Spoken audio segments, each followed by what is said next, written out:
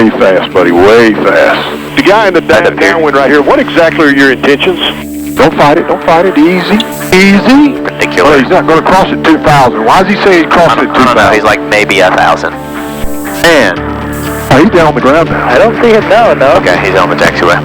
He's on the taxiway. He and I are going to get to talk here in a little bit.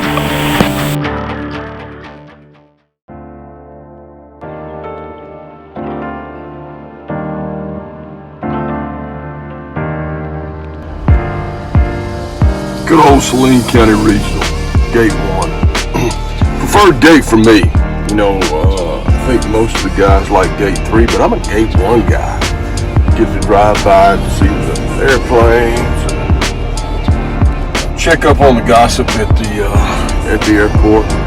We actually have a little bit of a southbound wind down low, so we're going to start off at a pretty low altitude and see if there's smooth air. If there is, then we'll stay down there on the way to Kansas City.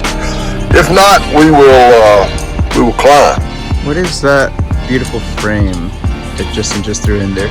This is an infinity poster. So Jordy drew these. It's pretty dang good. There's some rain jackets. And rain jackets. This is amazing, man. Yeah, good job to Jordy.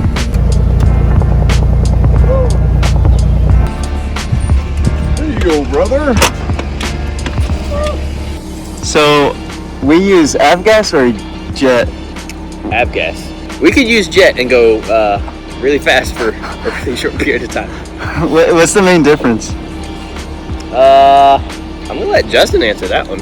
Avgas, believe it or not, is much more refined than jet fuel. Jet fuel is really just a variation of diesel fuel. You can run in diesel engines jet fuel. Perfect. Little tip. Nice. So we all know what's going on in Ukraine and Russia, and are the gas prices for like aviation stuff also going up? Yeah. Yeah, is it bad? Yeah, and avgas is already like $4 or $5 a gallon. You know what I mean? When things are good. So right now we paid as much as $8 a gallon. Man, $8 or $9 a gallon, and you figure this thing holds 100 gallons, 92 to be exact. So it's pretty exciting to put gas in. All right, Edgar, let me show you the greatest technique. Yes, sir. You know, you got a real pilot if he can do this. Are you ready? Let's see it. The ability to balance this with your foot, back and forth, takes many years of preparation.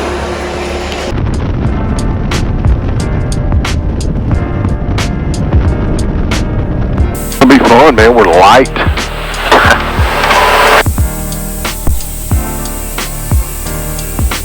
Alright. These are in the green. Airspeed is more than alive. There's 55, and here we go.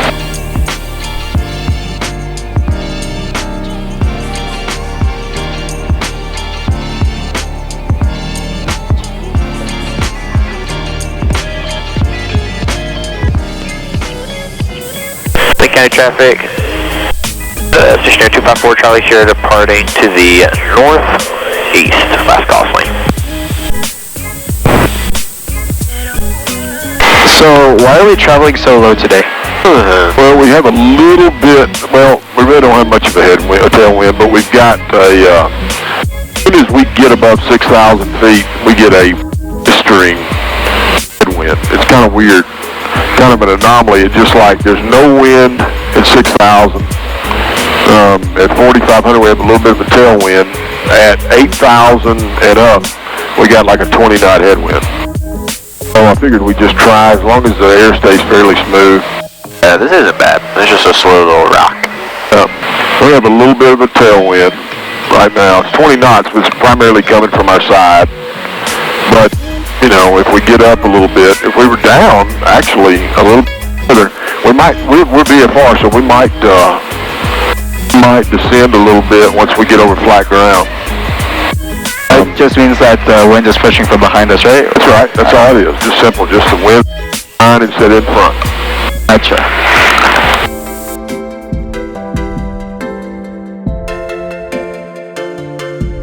4 Charlie Sierra, executive airport, 12 o'clock, 10 miles. Look at the field, 4 Charlie Sierra. Way fast, buddy, way fast. 3 knots fast. Knots fast. Easy. Easy. Good. No wind now. Nothing. Don't fight it. Don't fight it. Easy.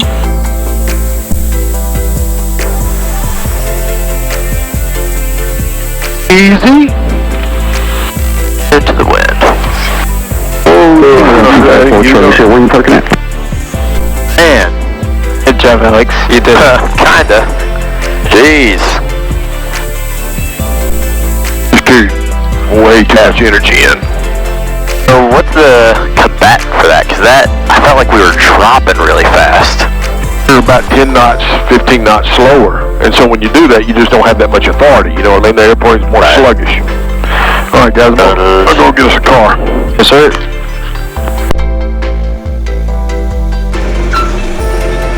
Let's get it. Golly. Oh my.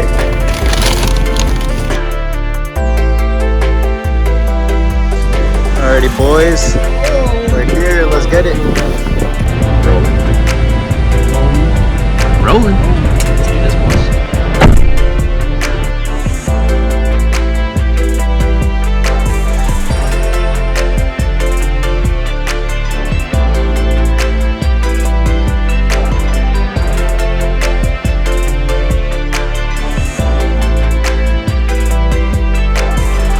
There's my turn. Are we ready?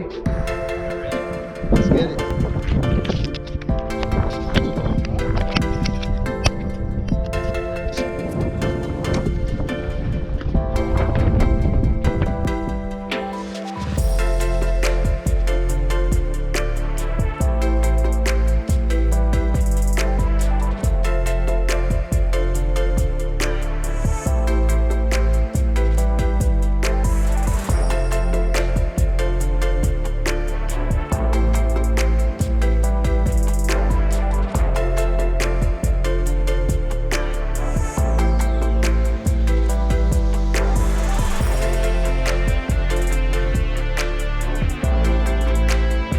And Saline County Traffic Station Air 254 Charlie Sierra is approximately 7 miles northwest of the field inbound.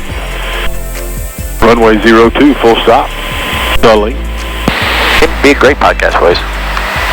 Alright, go ahead and turn it off for me if you would, sir. Any lights on? Traffic, Charlie Golf, Delta Victor Victoria is 5 miles to the northeast, and we'll switch frequencies to departure. He's right there. Yeah, I got it. Sounds good. We're in no rush to get on the ground, so go ahead. Alright, I'm swinging this way a little bit. I'm gonna come in behind a little bit more. Yep, good idea. And cross perpendicular. Well, he's not going to cross at 2,000. Why is he saying he's crossing at 2,000? I don't know. He's like maybe 1,000. Maybe. Oh, yeah, if that. No. Those guys, it pisses me off. Your eyes on him. I'm watching. Get these guys, man. They don't understand this deal. Do what you're supposed to do.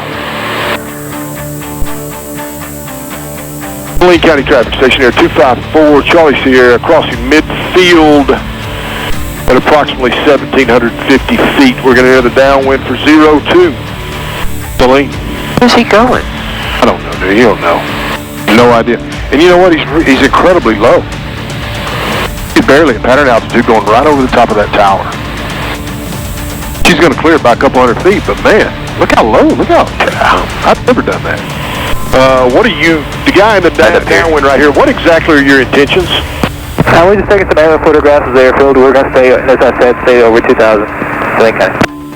But you're at like 1,400 right now. How are you staying over 2,000? It's a guy on top of us. Oh, I'm sorry. I guess that's the other guy on the downwind that's not talking to anybody. I apologize. Yes, sir. I just double-checked. I said, no, definitely over 2,000. My apologies. Watch the guy in the downwind. I'm extending. I'm getting out of here. Yeah. We're going to go ahead and clear the airspace and let the guy in the downwind do whatever he's going to do. Then we'll come back and land. We literally went between both airplanes. an opening. I was like, I'm going for Let that guy throw you off. You still got a double-digit crosswind to deal with. Put together and get configured and stabilized, get your speeds right, and you go hammer it. Oh, he's down on the ground now. I don't see him now, no. Okay, he's on the taxiway. He's on the taxiway. He and I are going to get to talk here in a little bit.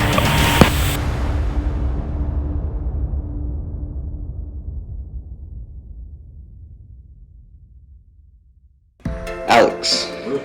So clearly, yesterday we had two kind of bad landings, and which weren't actually entirely your fault. One was the wind, and one was a dumb pilot being dumb.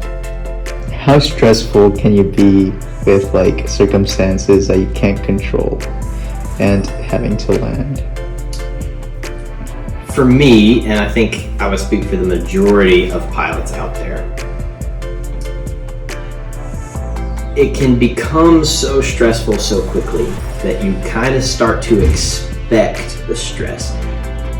Not plan for it, but expect it. Meaning, you do everything that you can to get out in front of the airplane. We do our descent checklists, we have our frequencies preloaded, so all we have to do is activate them. We know our altitudes and our airspeeds and everything else.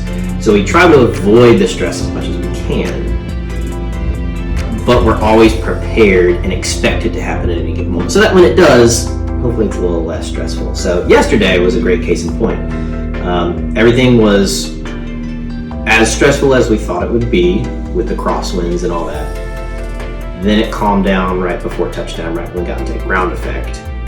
And then you get into this false sense of security, like, oh, thank goodness, it's all over with. Now we just get to land normal. And then it hit it again really, really hard. That, for me, was an unexpected stress moment. And that's what threw it off. We landed safe. Nothing was going to happen. Everything, I mean, we weren't about to do prop strikes or rollover. There's nothing like that. But it was very, very far from ideal as far as landings go. And it's because I let myself get into that relaxed state. Not to say that flying should always be a stressful moment and you should always just be paranoid every time you take off, but just being prepared for stuff to happen last minute at least makes it so that when it does happen, it's not quite as bad and it's manageable. So again, we were safe, sound, nothing terrible happened, but as far as smooth, buttery landings go, I was 0 for 2 yesterday.